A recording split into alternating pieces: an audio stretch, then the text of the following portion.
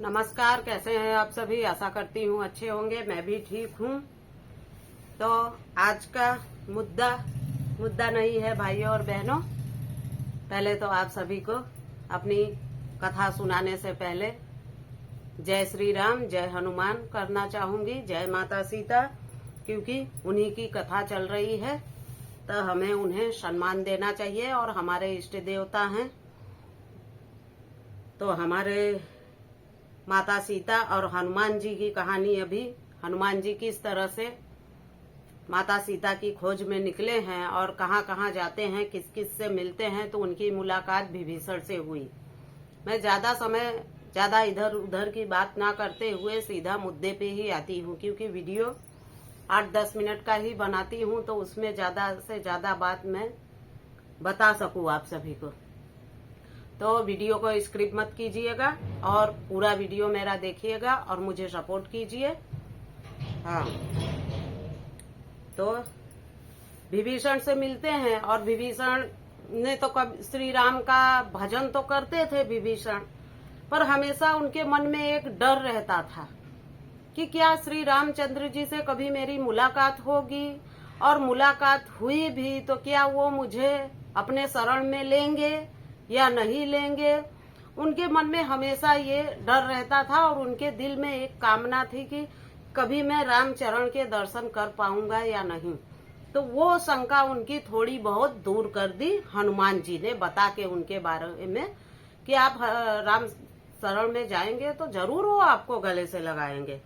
ऐसा उन्होंने बताया तो बड़े प्रसन्न हुए। फिर उन्होंने धीरे धीरे ही बातों में हनुमान जी अपने मेन मुद्दे पे आ गए और उन्होंने सीता जी का पता पूछ लिया कि क्या आप जानते हो कि माता सीता कहाँ हैं।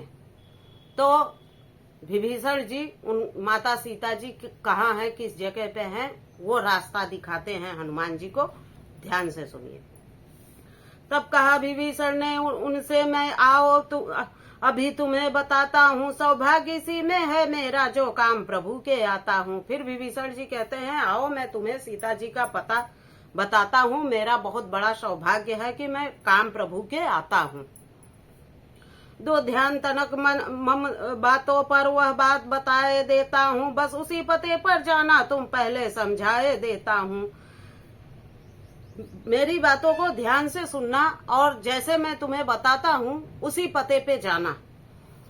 जो सीधी सड़क गई सन्मुख बस इसी पे आप चले जाओ, नाके से दाई और घूम पश्चिम की ओर बढ़ जाओ। ये सीधी सड़क जो जा रही है, बस यही सड़क पकड़ के आप चले जाओ और नाके पे पहुंचना, यानी कि चौकड़ी आएगी वहां पहुंचना। फिर उसके बाद पश्चिम दिशा में चले जाना। ऐसा, गर्मी बहुत है भाइयों और बहनों, ऐसा विभीषण जी हनुमान जी को समझाते हैं। आगे सुनिए। है अशोक वाटिका नाम सुनो, वहाँ बाग लगा होगा भारी, राक्षसी वहाँ हथियार लिए करती होगी चौकीदारी। विभीषण जी कह रहे हैं वहाँ पे एक सुंदर सा बाग होगा और वहाँ पे बहुत सारी राक्षसियां होंगी हथियार लैस, और उस बाग की सुरक्षा में खड़ी होंगी। उसी बाग में अशोक के नीचे बैठी हुई है जनक दुलारी, श्री राम खबर कहो जाकर के अतिहीन दुखारी। जल्दी जल्दी जाओ और उसी बाग में बैठी हैं जनक दुलारी और जाके श्री रामचंद्र जी की खबर उन्हें सुनाओ। बहुत दुख में हैं, बहुत दुखी हैं वो, और उन्हें जाके खबर सुनाओ। उत रामचंद्र व्याकुल होके इत सीता व्याकुल है भारी, रघुबर की खबर सुनाओ जाहे हनुमान जी बलधारी। बोलते हैं उधर रामचंद्र जी व्याकुल हैं, इधर सीता जी दुखी हैं, जल्दी जल्दी जाके उनको कुछ तो खबर सुनाओ, तो बिचारी माता सीता को कुछ तो ढाढ़स दिलाओ, उन्हें कुछ तो अच्छा लगे। तो आगे सुनिए। सीता का हनुमान को दिया पता बताए, हो प्रसन्न वहां से चले हनुमान जी सिरनाए। पहुंच अशोक वाटिका कब महान हनुमान, सीता देखी है वहां छाया हर्ष महान। सीता जी को देखा हनुमान जी ने तो उन्हें बहुत ही अच्छा लगा और देखते ही रह गए। अब आगे सुनिए। सीता जी की कैसी हालत देखी उसका वर्णन मैं करती हूँ आपसे। दर्शन की इच्छा थी भारी, वह पूर्ण हुई, कुछ ज्ञान हुआ सीता की दुख भरी हालत पर, फिर हनुमान को ध्यान हुआ। बिखरे थे सिर के बाल सभी, आंखों से आंसू गिरते थे, यह दशा देख सीता जी की हनुमान जी भी हृदय सिहरते थे। तो पहले तो हनुमान जी ने सीता जी का दर्शन किया तो देखते ही रह गए एकटक। फिर उसके बाद उनका ध्यान भटका और उन्होंने जब सीता की दशा देखी,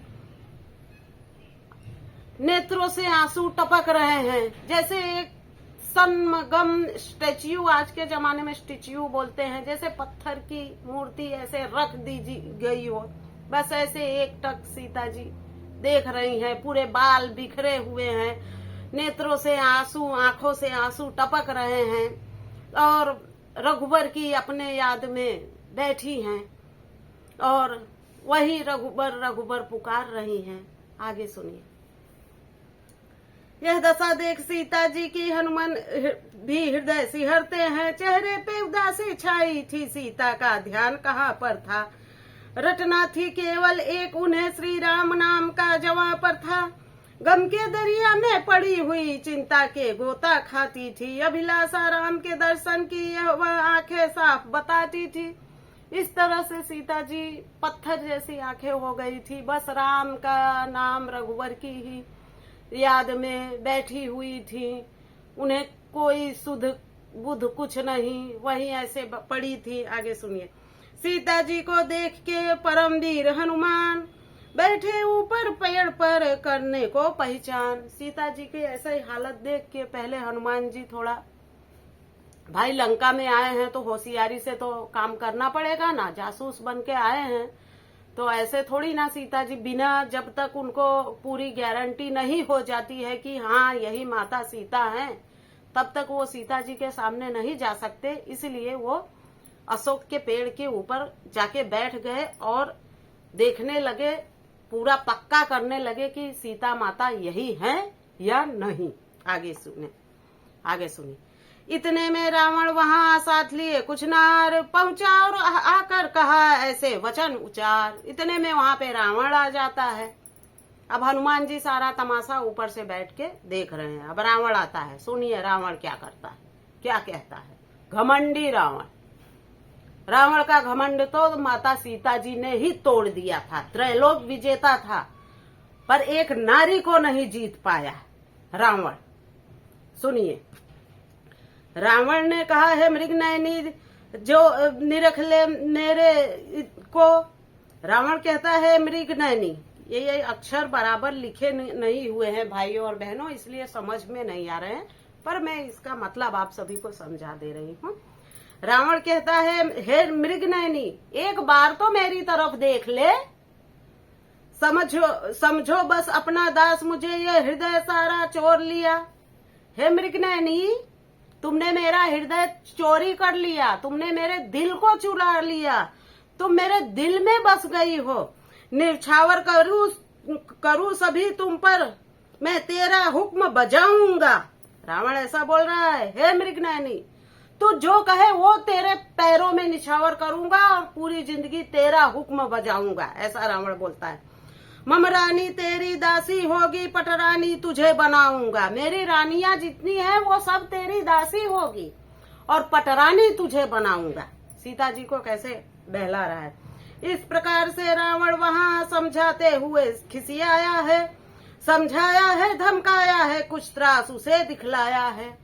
समझा के थक गया तो फिर त्रास दिखाने लगा सीता माता को। लखी रावण की दुष्टता तिनका आड़ बनाए, सीता ने खल से कहा ऐसे वचन सुनाए। जब सीता जी उसकी बातों को सुन के एकदम त्रस्त हो गई, तब एक तिनका उठाती हैं और फिर कहती हैं, सुनिए।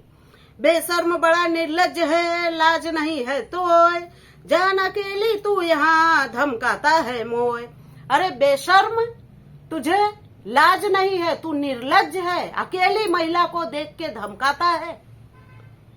अरे नीच क्यों बात बहुत करता है बेकार, गीदड़ को मिलती नहीं कभी सिंह की नार। अरे नीच, तू क्यों बेकार की बातें करता है? कभी गीदड़ को सिंह की नारी नहीं मिलती है। ऐसा सीता माता जी उसको जवाब देती हैं। सीता के सुन के वचन रावण गुस्सा खाए, धमकी ने कहने लगा कर तलवार दिखाए। सीता जी के वचन सुन के रावण को बड़ा क्रोध आया और उसने तलवार निकाल ली। अब इसके आगे की कहानी भाइयों और बहनों मैं आप सभी को कल बताऊंगी, क्योंकि 10 मिनट का वीडियो हो गया है। इससे बड़ा वीडियो मैं बना नहीं सकती, क्योंकि अपलोड करने में भी मुझे प्रॉब्लम होती है, नेट की कमी हो जाती है और आप सभी ज्यादा बड़ा वीडियो रहेगा तो देख नहीं पाएंगे। तो इतना वीडियो 10 मिनट का मैंने आज बनाया है। आगे की कहानी मैं आप सभी को कल बताऊंगी। आप सभी का बहुत बहुत धन्यवाद, जो आप सभी मुझे इतना सपोर्ट कर रहे हो। मेरे अच्छे व्यूज आ रहे हैं पर फॉलोवर नहीं आ रहे हैं भाइयों और बहनों। तो जो लोग भी मेरी वीडियो को देखें और उन्हें अच्छा लगे तो प्लीज मुझे फॉलो कर लीजिए, लाइक भी कीजिए, मेरी वीडियो अच्छी लगे तो शेयर भी कर दीजिए। और प्रीति राज माऊ बिल्ला यूट्यूब चैनल पे भी मुझे सब्सक्राइब कर लीजिए मेरे चैनल को, और वहां भी मुझे सपोर्ट कीजिए। इसी आशा के साथ जय सिया राम, जय हिंद।